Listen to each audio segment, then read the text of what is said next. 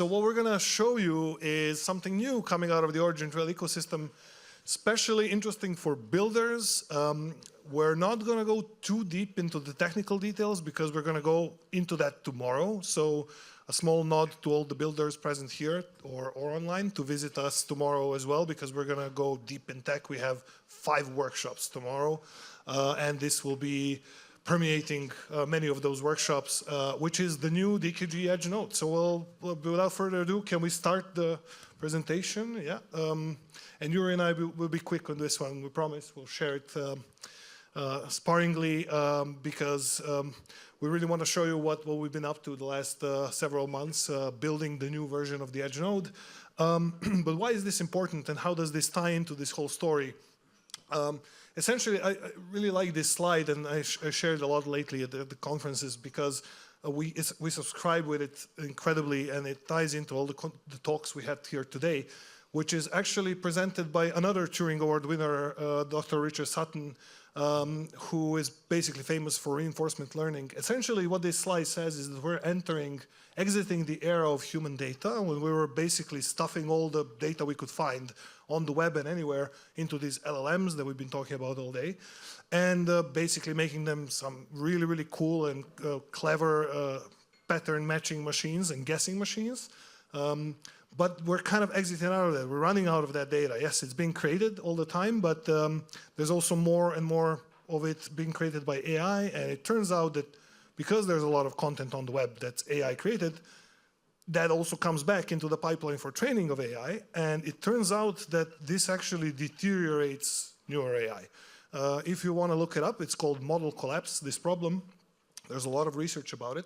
So basically, the whole point is that this kind of era is ending, and we're entering an era of experience where actually we're seeing, somebody mentioned today, I think, one of the Google projects, which is one of these alpha proof and the similar ones who are actually doing a neurosymbolic type of learning, but what they're doing is they're learning from their experience. So these agents would try something, do something in the world, collect some experience, store it in their memory, and then basically use that as data rather than something they found on Reddit, like we mentioned a couple of times.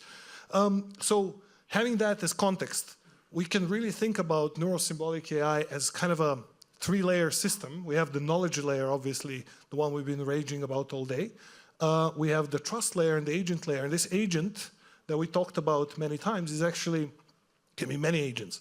But the assumption here is that it's like Shaw said, some form of an LLM that has certain prompts, big or small, and then it ideally operates on some knowledge layer. So it doesn't stuff all that knowledge into its head.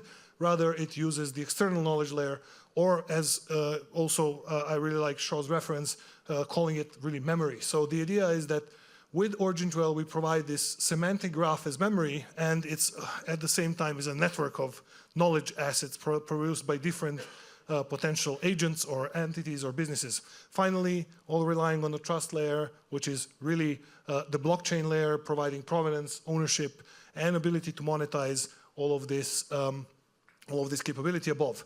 So on the highest level, what you're seeing as the DKG Edge Node basically implements these 3 layers. Another way to look at this is the DKG from the core and edge perspective. So think of agents, but living co-located from basically today on at these Origin Trail nodes. And the difference between Origin Trail core nodes and edge nodes is that basically where they live. So the edge nodes live at edge devices of the network. For those of you who that term is new, edge devices are considered like phones, laptops, and such devices that are not necessarily in the core of the network. So the DKG basically has this concept as well. And essentially what this allows us is to run privacy-preserving, ownable AI on our devices with the DKG Edge Node. And when you do so, you have all of those 3 elements, all of the 3 layers on the stack in your device.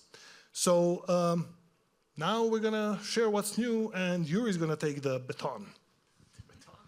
The baton is here, yes. So, oh yeah, maybe I can also take this clicker. So, better to hold this in the right hand.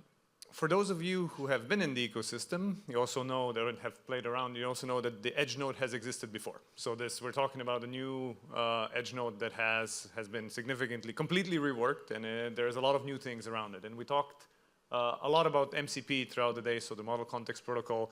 The new Edge Node is pretty much based on the MCP. What this means is that the co-located DKG agent that lives there comes pre-equipped with some tools that gives it powers to interact, so write on the DKG, publish knowledge, retrieve knowledge, but at the same time, it has the plug-in architecture where you can easily upgrade, extend those tools with what you need, what use cases you need. So if we're talking about you're doing something in the, we talked about clinical trials, right? We have a plugin that translates, that has tools that can work with medical or clinical trial data, publish it on the DKG, and then retrieve it. So a set of tools that very easily you can build on your own.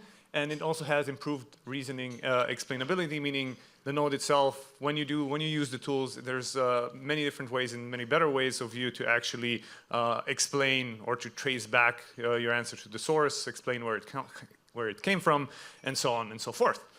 So those are kind of the new features, and from an architecture and feature perspective. There's also significant developer experience simplification. So I know some people in the room, I think, have tried. I'm looking at Amos. Where is he? So I know there. Oh, there you are. So didn't see. Amos, I know you've tried. For example, we had a bunch of builders that tried the previous Edge Node. It was a little bit cumbersome, difficult to install, difficult to start with. We've simplified this extremely. I think 10-15 minutes you can already actually get started, get going, and then try out some POCs that you can now, instead of weeks, do in days. So this is really exciting. It's really streamlined. It's a lot lighter, and it's implementing all of the latest technologies. Some of them we'll talk. Some of them are still upcoming. We'll talk about a little bit later. But that's kind of what's new from in the Edge Node. And what does it, I'm looking at the time, I gotta hurry up. So what does it look like? What is inside the Edge Node? We have a couple of components going from ground up, right? We have the DKG, so we have the node engine that connects us to the DKG network. We have the plugins that we just discussed. We have the MCP server that hosts the tools for the agent to be able to interact with the DKG, with other third-party services. APIs that you can build into the same architecture. You have the agent, you have the UI, and you have something very interesting in here that also is part of the Edge Node, looking at the layer of semantic reasoner and LLM. So this is the part that touches the Neuro Symbolic in a very, very large degree. And it's what we like to kind of encapsulate as DKG deep search. So with the node, you'll be able to actually not only build the knowledge graph, but also, I think we discussed this in one of the two panels, also we'll be able to add reasoning rules. And reasoning meaning that the graph that you are building will be able to make new connections based on the rules that you put in. And you'll be able to explore those connections and really go even deeper into how a certain answer that the agent provided was produced. I don't know if I butchered this, Brano, but I think I covered most of it. I think you did great, and this is just as one. I think it works. Oh, yeah, it works. Okay. Yeah. So watch out. Yeah. So what's really great about this is that this helps with explainability. When you ask an LLM something, as we were told today, it just spits out something, and if you ask it how did you come to this, it post festum comes up with some reasoning pattern that how did that happen. Here it's actually the other way around. So you input some knowledge, you say these are the rules, and then based on these rules it actually infers things, and there's no hallucination whatsoever. So this is literally rule-based reasoning. And then when you do that, you can basically just combine it with an LLM. You can feed all of that to the LLM. So there's many ways to do this, but the deep search capability allows you to basically dive into exactly what happened here.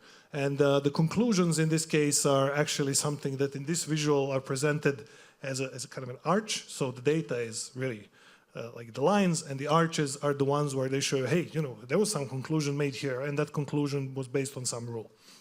So that's a really, really cool, powerful new thing that wasn't there before with the node. And by the way, What you've seen today from the demos, the implementation of AzerFit by Azerbaijan government and Oxford Pharmagenesis is actually being built on this new type of DKG Edge Node. Yeah. So they're already being put to use in production and POCs. So that's something I think it's worth mentioning, because we didn't want to add another video and showing you the thing in action. You actually saw the UI in action today. And there was also a bunch of people in the hackathon that used the new node, which we'll talk about tomorrow. So already seen quite a bit of use. Has proven to be very resilient and let's say very fit for purpose to build exciting things with Neuro symbolic agents. You wanted to say something else before I think since we're at zero, we're I at zero. suggest you jump to the last slide and you just skip. I'll skip this one. So I'll just say, if you want to learn more or how you can participate, two ways. One, for people who want instant gratification, they can go right onto the docs, install the node immediately and play around. For those who can wait until tomorrow and are still here tomorrow, we have a workshop.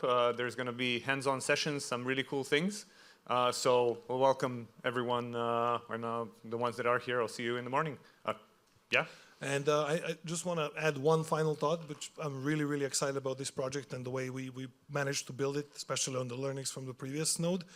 This is, to our knowledge at least, the best open source neurosymbolic AI system in existence. Of course, we're going to say that because we're biased, but until proven wrong, and you have the ability to prove me if you can, I suggest if you're interested in this, try it out. It's very powerful, it's very modular, you can plug in all kinds of different things into it, and if you do so, we'd love to hear from you. So get into the Discord of the ecosystem, get in touch with our DevRel team, and let's build this future together. Thank you, everybody.